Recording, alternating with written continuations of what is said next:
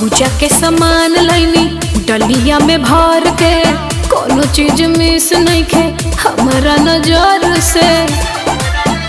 पूजा करे में कवनो झमेल नहीं खे, झमेल नहीं खे।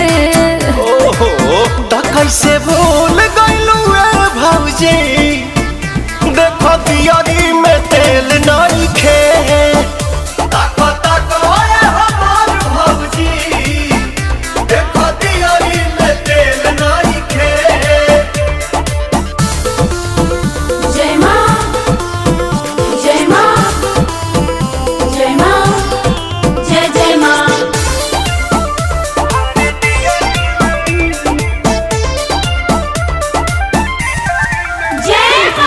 अपन मिस्टेक जानी हमारा पे थोपी, जाने तू डरा मत